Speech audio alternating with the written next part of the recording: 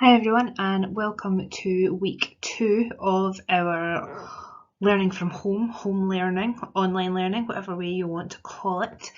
And we are going to have a bit of a look at some legislation for our theory topics for the start of this week. Now, if you think back to class, remember I got you to do your own research, looking through the textbooks in the classroom, coming up with your own notes and theory about this. Now I'm going to talk through a bit about the main points that we need to know for health and safety and any other legislation that will come up as well, and then at the end you can go onto Teams and complete the little tasks that I will have set for you. Now the first set of tasks is a couple of questions, and you will get the answers throughout this PowerPoint, so please stick with it and listen to me. And then we've got a bit of a research, a bit of a kind of creative task as well, so it's not just answering lots of questions. So let's get started, and I will go straight into a bit about the Health and Safety at Work Act 1974. So the health and safety legislation relating to the workplace is constantly being updated. It is important that all staff in business organisations know the main provisions of the Health and Safety at Work Act 1974, or HASAWA for short. The Health and Safety at Work Act is an umbrella act. That is, that it contains a number of other acts, each covering specific aspects of health and safety. It is also known as an enabling act, meaning it can allow for any new acts or amendments to be added. There are things that the employer is responsible for and things that the employee is responsible for. Now, the Health and Safety at Work Act provides broad statements in relation to minimum health and safety requirements and places legal responsibilities on both employers and employees. Employers must provide a safe place of work for employees. They must ensure that entrances and exits are clearly marked. They must provide safe equipment and machinery and ensure that it is regularly checked and maintained. They must provide training to employees on health and safety in the workplace. They must display information on health and safety in the workplace on notice boards. They must also provide a written health and safety policy which is kept up to date and available to all staff. They must communicate clear procedures for dealing with accidents in the workplace and ensure all accidents are accurately recorded. And they must also provide a safety representative to represent employees' needs. So one person is employed by the company who will take over the kind of health and safety role, and any issues the employees know to go to them for help and guidance. There are rules and rules that the employees must follow as well. So employees must cooperate with health and safety policies and take all reasonable care of themselves and other employees. They must immediately report any faults with machinery or equipment. They must wear protective clothing when it has been issued to them. They must always follow guidelines when operating machinery and equipment and never operate equipment or machinery that they are not authorised or trained to do so. They must cooperate with their employer by attending training courses. They must ensure that they are familiar with the organisation's health and safety policy, and they must be observant and report any hazards in the workplace as well. The most prominent pieces of legislation that are contained in the Health and Safety Work Act is the Reporting of Injuries, Diseases and Dangerous Occurrences Regulations, the RIDOR 1995. This deals specifically with reporting of injuries and accidents at work, either serious or fatal. The Control of Substances Hazardous to Health, COSH 1994. This deals specifically with the storage and control of hazardous substances and items such as protective equipment and clothing. COSH requires employers to control substances that are hazardous to your health. The Health and Safety First Aid Regulations 1981.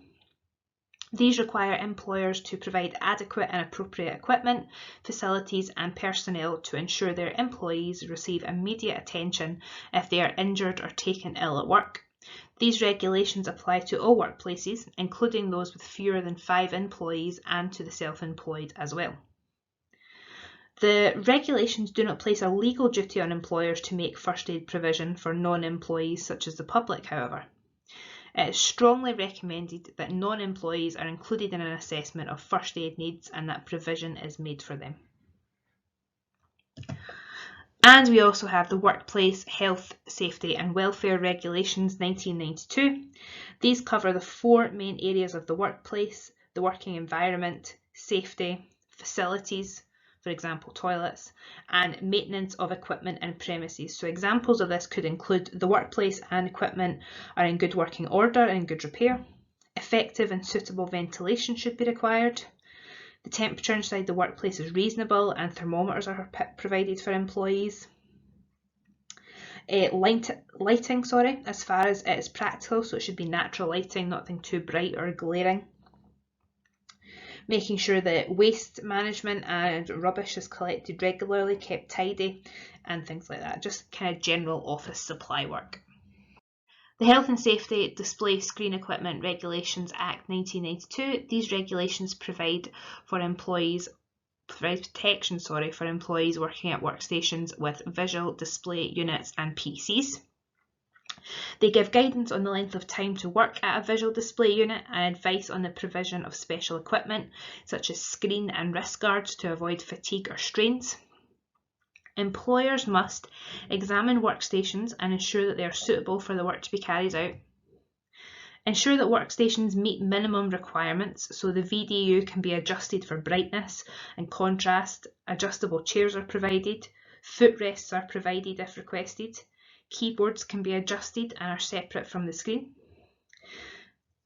They must also ensure that employees are given suitable breaks or can change the activity away from the VDU. So that's particularly poignant right now where we're all working from home, spending a lot of time in front of computer screens, making sure that we take regular breaks, 5-10 minutes away every hour or so, take a break away from the PC, go do something else, take a wee walk around the house, try and get out at lunchtime. Employers must also provide eye tests if the employee requests this and provide glasses or contact lenses if special ones are needed for VDU work. And the employer must also provide health and safety training and information to employees to ensure VDUs and workstations are used safely. We also have the Fire Scotland Act 2005. Most fires are preventable. Those responsible for workplaces and other buildings to which the public has access can avoid them by taking responsibility for and adopting the right behaviours and procedures. Employers must carry out a fire safety risk assessment and keep it up to date. This can be carried out either as part of an overall risk assessment or as a separate exercise. The risk assessment looks at the premises, the activities carried out there and the potential for a fire to occur and the harm it could cause. The duties of the employer are they must identify the people at risk, identify the fire hazards, evaluate risk and decide if existing fire safety measures are adequate, and record the risk assessment undertaken and review at regular intervals. The duties of the employees are they need to take care of their own safety in respect of harm caused by fire, take care of other people who may be affected by acts of the employee, and cooperate with the employer with respect to fire regulations. Now, there can also be breaches of health and safety if people aren't following the rules, aren't listening or doing what they should be doing. If an organisation does not follow health and safety guidelines, then the Health and Safety Executive, the HSE, the national body responsible for the enforcement of health and safety, or the local government environmental health department can enter and inspect the premises, sometimes unannounced. They can issue improvement notices and provide advice. They can question and interview people and give warnings. They can actually shut down your premises without any notice either. And they could fine or prosecute when necessary as well. In addition, employees who believe that the organisation has breached health and safety requirements can take their case to an industrial tribunal. Examples might be the non-provision of safety equipment or protective clothing, or failure to remedy a reported hazard, which has resulted in subsequent injury. If a case is proven against the employer, it may result in fines or in compensation to the employee. Now, an employee failing to comply with health and safety policies could face a number of disciplinary procedures. They could receive a verbal warning. They could receive a written warning after that. Suspension. They will be fined. They will lose their job and be dismissed. And then they could end up even facing criminal or civil prosecution. It is an employee's responsibility to provide training or to provide information to employees on health and safety legislation. Most businesses and organisations will have a formal written health and safety policy. However, it is very important that this information is communicated to all employees to ensure it is put into practice. So how are we going to communicate? They could be provided with training. When an employee starts working with the organisation, they should be issued with a copy of the health and safety policy as part of their induction training. It is important that staff are kept up to date on a regular basis on health and safety issues, including training in the use of any new equipment. It could be signposted up on the company intranet. The company intranet can be used to pass on key information to staff, as all staff will have access to the information stored in this central area. On notice boards, so posters can be displayed on notice boards to remind staff about procedures such as fire drills and first aid procedures. There could be demonstrations. They can be used for practical activities such as fire drills or first aid procedures. They can also be used for training small groups of staff on how to operate machines and equipment.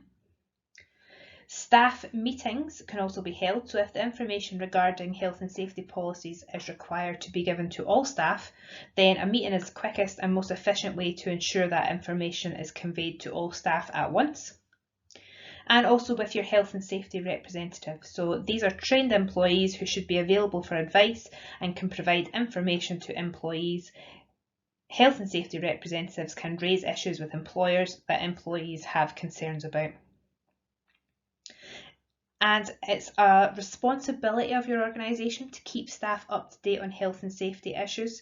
So the issue of health and safety is very serious, and one for both employers and employees, and failure to comply with either legislation or organisational procedures can result in heavy penalties for all that are concerned. So you can now head on over to Teams and onto the assignments that will have been posted up on Monday. We have a couple of questions to answer, and we've also got a PowerPoint activity to complete as well.